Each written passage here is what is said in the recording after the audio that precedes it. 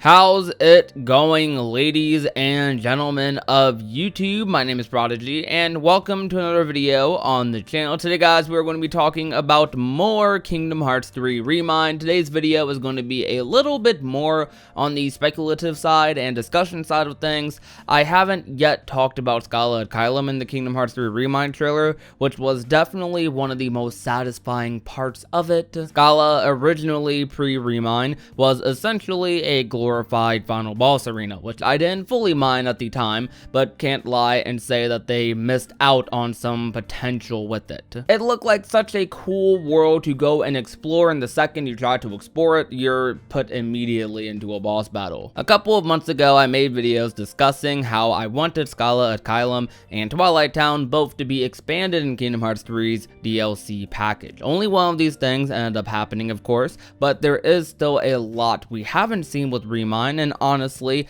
most of what we do know is pretty vague. I like it that way though. We have small glimpses as to what they might be offering, but I don't feel like they've gone overboard with spoilers or anything major yet like they did with Kingdom Hearts 3 before it released. Also, according to Nomura, this was the last trailer for ReMIND until its release, which I'm very glad we have something like that confirmed. Though even after only seeing Scala at Kylam expanded, which was the most important thing to get expanded, I feel like, that world of course having the most interest and mystery from the fans, people also wanted worlds like Twilight Town to get expanded and Radiant Garden. Both of these worlds we have very fond memories of from Kingdom Hearts 2 and Birth by Sleep. Twilight Town in Kingdom Hearts 3 was relegated to a 30 to 40 minute visit, if that, and Radiant Garden was relegated to being shown exclusively in cutscenes. Now, since we saw Radiant Garden in the ReMIND trailer along with Aqua and Riku and Lana Departure,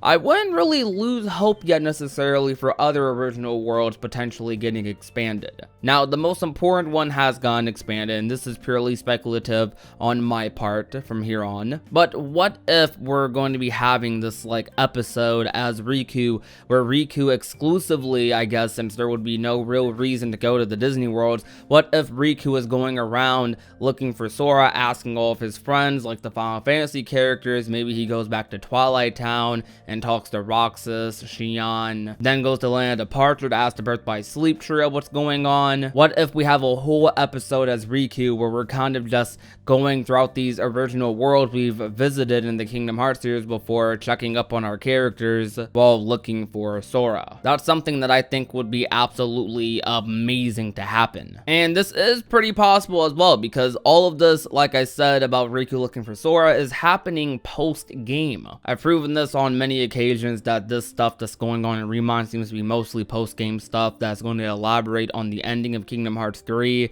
It's going to kind of put a bridge between the ending and the secret ending for Kingdom Hearts 3, or form that bridge rather. It seems like ReMIND is going to be focusing on a lot of that stuff, and it seems like we might have a decent portion as Riku, and I'm hoping it's not just delegated to cutscenes. If it is, I'll deal with it, but I'm not gonna lie, it would be way better if Riku was actually playable in a lot of these moments, which it seems like he might actually be, since he is going to be playable in his Keyblade Graveyard fight, and I'm sure they will jump on the opportunity to have Riku playable and ReMIND as well, whether it was for one segment or another. I mean, Kairi's playable, for crying out loud, and people have definitely been asking for Riku to have a bigger playable segment in the game over some of the other characters. I mean, we saw Riku advertised to be playable before Kingdom Hearts 3 came out in the Realm of Darkness, and that was advertised to be a major part of Kingdom Hearts 3, which it was for story implications, though as Riku you end up simply fighting Demon Tower twice. I mean, yeah, the second Demon Tower had a cool little Aqua DM to go with it, which was cool, not gonna lie, but it was still Demon Tower. So having him only be playable in those two fights kind of just felt like a waste in my opinion, and they would have had the exact same effect if they weren't playable, or if Sora was just playable there. So I feel like Riku to have a more fulfilling playable segment, ReMIND this episode, seems like it will be the way to go. I mean, Riku does end up in the Verum Rex world in the secret ending, and we know Sora ends up in in Shibuya or wherever that is, whether it's the same world or not, I don't know. But Riku makes it there somehow, and they're probably going to try to explain that as well, since they are explaining how Sora's there. So I wouldn't be surprised if we got a like playable segment like out of Riku leading us to that part. This Riku playable segment would likely take place shortly after all the Sora stuff, I would imagine at least. But also, speaking about the cutscene we see with Riku in the land of departure, Aqua makes a weird quote saying, "I'm not alone this time." And it makes me feel like she's going to the realm of darkness again, which is extremely weird. So is Riku going to be going back to the realm of darkness in Kingdom Hearts 3 ReMIND? Like, that's interesting. That's something to definitely speculate about. But the wordage of like that cutscene definitely makes me think that. I'm definitely scared for Aqua, but I wonder why Riku would even need to go there. Do they think Sora's in the realm of darkness by chance? They find some sort of trace of him or something? I don't really know. But I think maybe through Riku, it's pretty possible that we might get like some of these other worlds, original worlds, expanded. Maybe in Twilight Town, you do get to visit the clock tower as Riku, or maybe you get to go to the Sandlot and all these other places, the secret spot, or usual spot, I forget what it's called exactly, I'm sorry. Maybe we'll get to experience these original worlds as Riku, and that sounds like so fun. However, I want to reiterate, the most important world to get expanded has gotten expanded in ReMIND and Scarlet Kylam. That's the world I'm definitely the most interested in. I can live without Radiant Garden or Land Departure or Twilight Town being expanded. I'm perfectly fine with just having Scarlet Kylam being expanded, because that is great and lovely, and they didn't have to do it, but a lot of people requested it and they are doing it. I'm sure Scarlet Kylam